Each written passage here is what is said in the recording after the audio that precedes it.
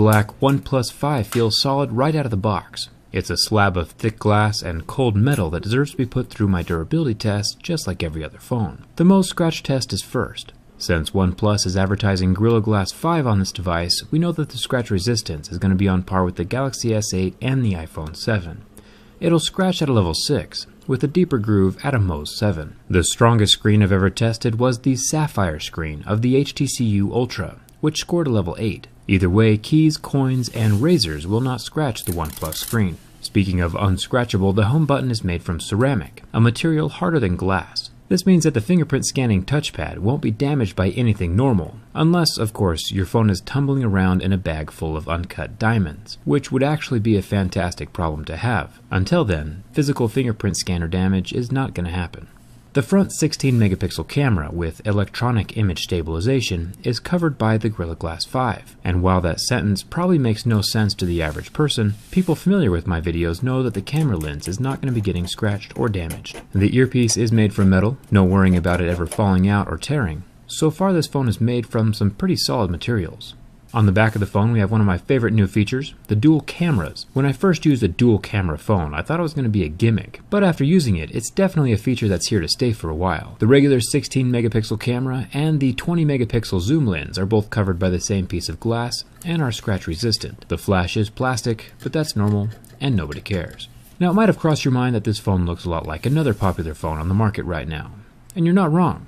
The iPhone 7 Plus and the OnePlus 5 are eerily similar. The iPhone does look slightly more premium with its aluminum body curving right up to the lenses, but it also has about half the megapixels as the OnePlus 5. My buddy Saf over at SuperSaf TV does some pretty sweet side-by-side camera comparisons, so it'll be interesting to see what he says about the cameras. I'll link his video in the video description. The OnePlus 5 and the iPhone 7 Plus do have a pretty similar physical footprint though.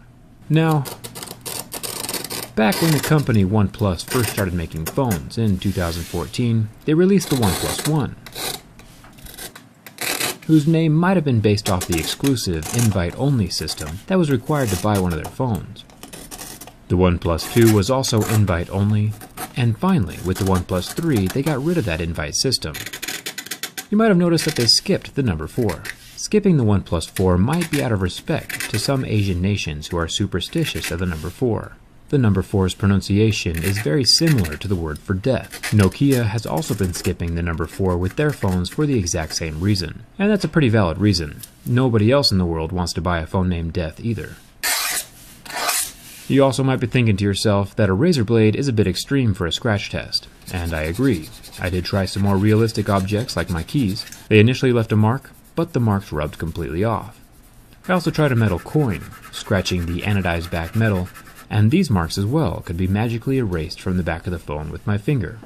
Pretty darn impressive. The anodized aluminum, just like on the iPhones, can handle your basic coins and keys scratching it, but it can also still be damaged by sharp rocks, razors, or that sack full of diamonds we were talking about earlier.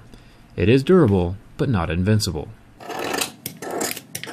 The volume button is made from metal, along with the mute switch, which is a feature that I wish was on more cell phones. I've come to miss it on my own Galaxy S8. The dual SIM card tray and power button are also metal. Down here at the bottom of the phone we have our USB-C slot and even a headphone jack. If you don't mind the lack of water resistance, this device has pretty much every useful tool a person could want in a cell phone. It looks like the phone is made out of premium feeling metal everywhere, and that makes me happy.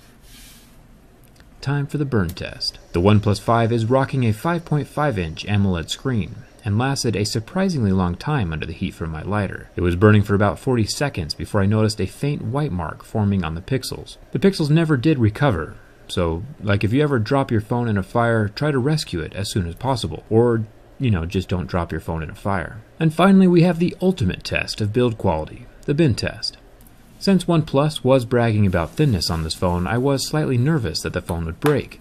Turns out I had nothing to worry about. The screen does pop out from the frame, which shows us that there is no waterproofing adhesive, like we saw during my iPhone 7 test, but the phone locks out after the pop and does not bend any farther. It's even less flexible from the front side, since that screen is set down inside the metal frame, keeping things from moving around at all. This OnePlus 5 definitely passes the bin test. One interesting thing is that OnePlus is advertising 2.5D glass on their phone. If you remember, the HTC U11 advertised 3D glass. You can tell that the 3D glass has a major curve to it, while 2.5D is more of a bevel, leaving the glass itself flat, allowing it more give and play during any stressful situation. The rigid 3D glass, combined with that flexible metal frame on the U11, is what got it obliterated during my last durability test. The OnePlus 5 also has a plastic buffer between the glass and the metal, which will help the screen survive against impacts or drops. These subtle differences in construction that you normally wouldn't notice go a long way in the durability of a device.